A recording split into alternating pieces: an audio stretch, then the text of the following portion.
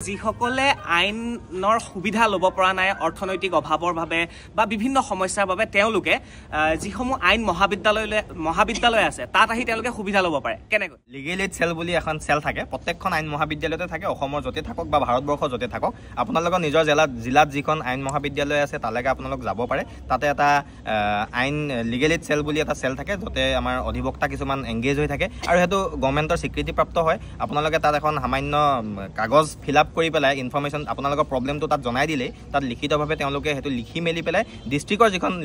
district legal service authority তালে forward কৰে আৰু তেওঁলোকে আপোনালোকক ফ্ৰী এডভোকেট দি পেলাই আপোনালোকক সহায় কৰে অকল আপোনালোকৰ কামখিনিয়ে নহয় ইভেন আপোনালোকক এডভাইসো যদি কিবা ল'বলগীয়া হয় আইনৰ এডভাইস তেওঁলোকো আপোনালোকে ল'ব পাৰে এক টকাও আপোনালোকে তাৰ বিনিময়ত দিব নালাগে হস্পিটেল এখনত ওপিডি থাকে বা ইমাৰ্জেন্সি সেল থাকে তেনেকে এখন আইন মহাবিদ্যালয়ত তেনেকুৱা এটা ডিপাৰ্টমেণ্ট থাকে য'ত আপোনালোকে নিজৰ সুবিধাখিনি গ্ৰহণ কৰে মানে চক্ৰ পানী না পানীৰ মাজত চক্ৰ যিসকলে আইনৰ সুবিধা ল'ব পৰা নাই অৰ্থনৈতিক অভাৱৰ বাবে বা বিভিন্ন সমস্যাৰ বাবে তেওঁলোকে যিসমূহ আইন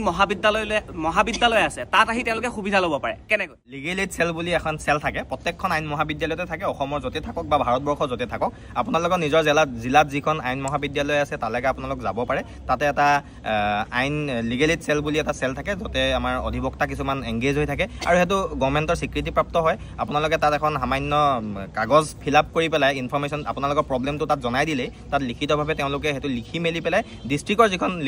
ডিস্ট্ৰিক্ট লিগেল সাৰ্ভিস অথৰিটি তালে ফৰৱাৰ্ড কৰে আৰু তেওঁলোকে আপোনালোকক ফ্ৰী এডভোকেট দি পেলাই আপোনালোকক সহায় কৰে অকল আপোনালোকৰ কামখিনিয়ে নহয় ইভেন আপোনালোকক এডভাইসো যদি কিবা ল'বলগীয়া হয় আইনৰ এডভাইস তেওঁলোকো আপোনালোকে ল'ব পাৰে এক টকাও আপোনালোকে তাৰ বিনিময়ত দিব নালাগে হস্পিটেল এখনত ওপিডি থাকে বা ইমাৰ্জেন্সি সেল থাকে তেনেকে এখন আইন মহাবিদ্যালয়ত তেনেকুৱা এটা ডিপাৰ্টমেণ্ট থাকে য'ত আপোনালোকে নিজৰ সুবিধাখিনি গ্ৰহণ কৰে মানে